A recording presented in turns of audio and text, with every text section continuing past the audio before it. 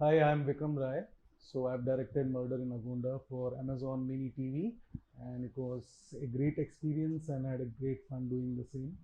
So going about the story, so what is that got me to direct this? What captured my imagination to actually direct this story? Yeah. Okay, cool. See, first and foremost, what I really liked about this story was the brother sister dynamics that plays out through the entire series.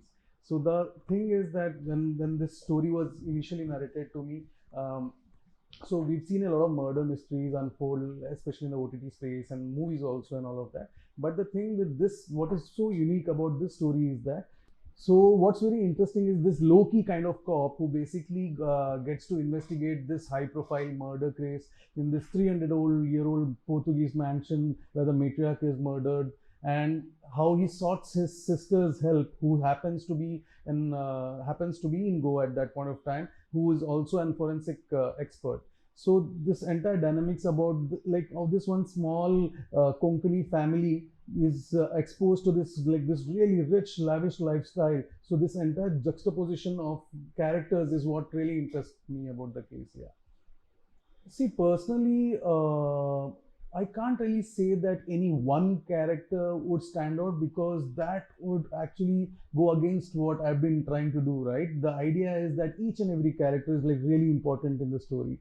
So all the characters are important. Right from to Sanket or Sarla, Wahida, Mala, Ignatius. At the same time, even like Nirmala's got like this really small screen time, but the thing is, she actually stands out. So like all of them actually come together to make this great story. So I think I can't really point out and say that there's this one character that I really like, but I kind of love all of them actually. Yeah. So yeah. So what I would recall, so basically I have a lot of fond memories from the shoot. So the shoot was like a brilliant schedule that anybody could hope for. Like the location itself was like if I were to talk about the location to start with. So the location that the house, the main house that the Villa Verde where we shot the entire thing. So that house is a 350 years old house. It's a Portuguese mansion that was built by the forefathers of Mr. T.B. Kuna. Now, T.B. Kuna is the freedom fighter, in fact, the father of the Goan liberation. So it was like an historical place that we were shooting in. So we were quite honored that we shot in that beautiful location. So a lot of things were in our stride. But one thing that I would like to point out was we were shooting this around Diwali, last year Diwali, and the rains kept hammering us as much as it could. Thankfully, a lot of the schedule was indoors, so we could continue the shoots. We had huge sound issues and stuff like that because rains weren't a part of the narrative.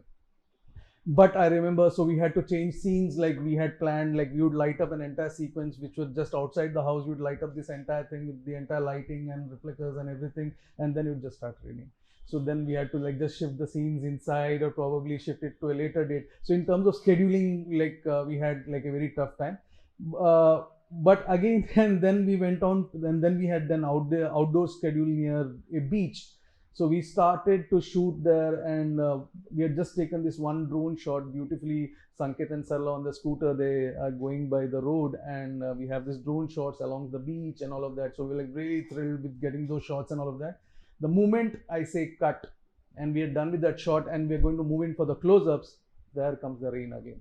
We had to actually cancel the shoot and then postpone it to another day. So basically, the crew was very hopeful because all things were going into our stride. But on that particular day, so the rains decided to have it in their own way.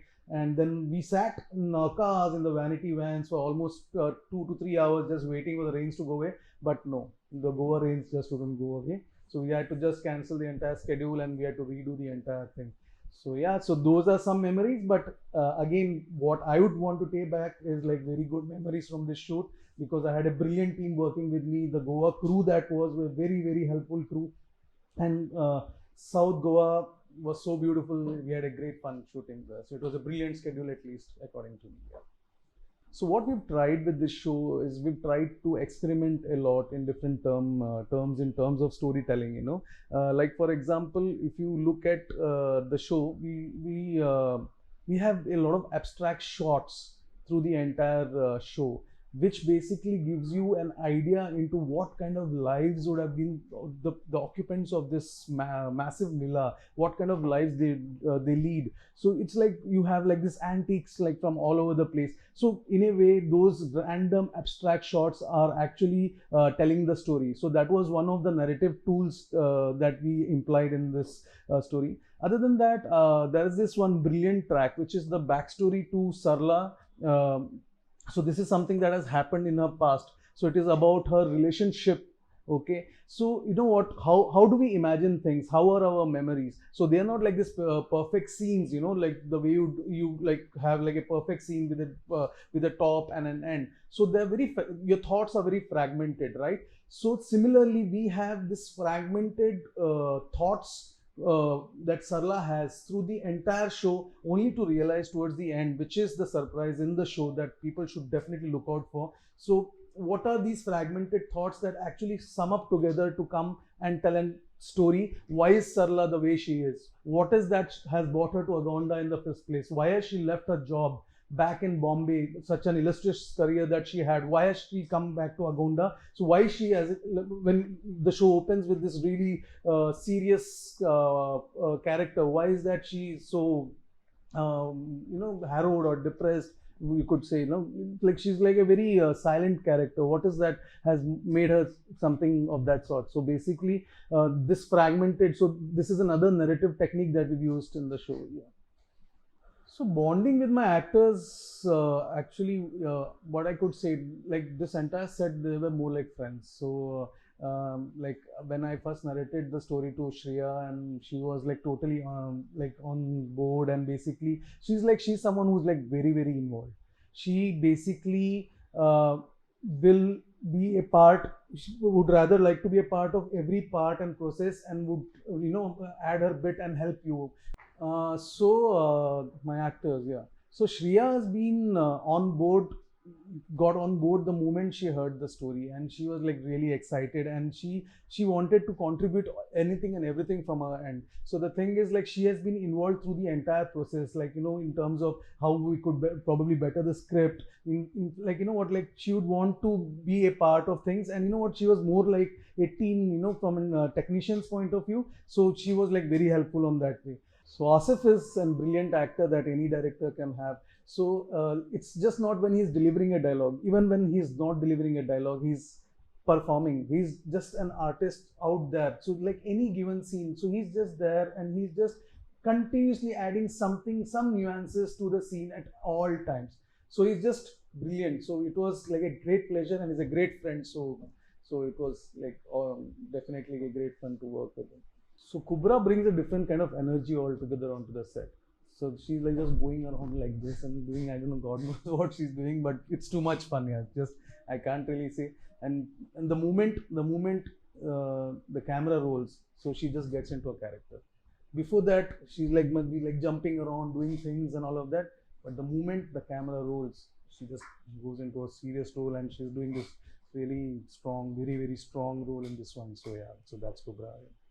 So I'd say this story is like super fun and quirky for a murder mystery. Generally, we've been seeing murder mysteries which are like this very serious and that space. But this is like it's like a very very different take to a murder mystery. Yes, there's a murder. It's a very serious crime that has occurred and all of that. But you know what? Even when you're watching this, the entire sense is like, what, everything is fine, because it's like that quaint place. It's just that things that would happen in everyday life, like that little comedies, that keep happening around you. So it's not like a haha, but it's like just like the small smirk on your face. So it's that kind of feeling that the show will give you. Yeah. Do watch the show on Amazon Mini TV. You can find it inside the Amazon shopping app.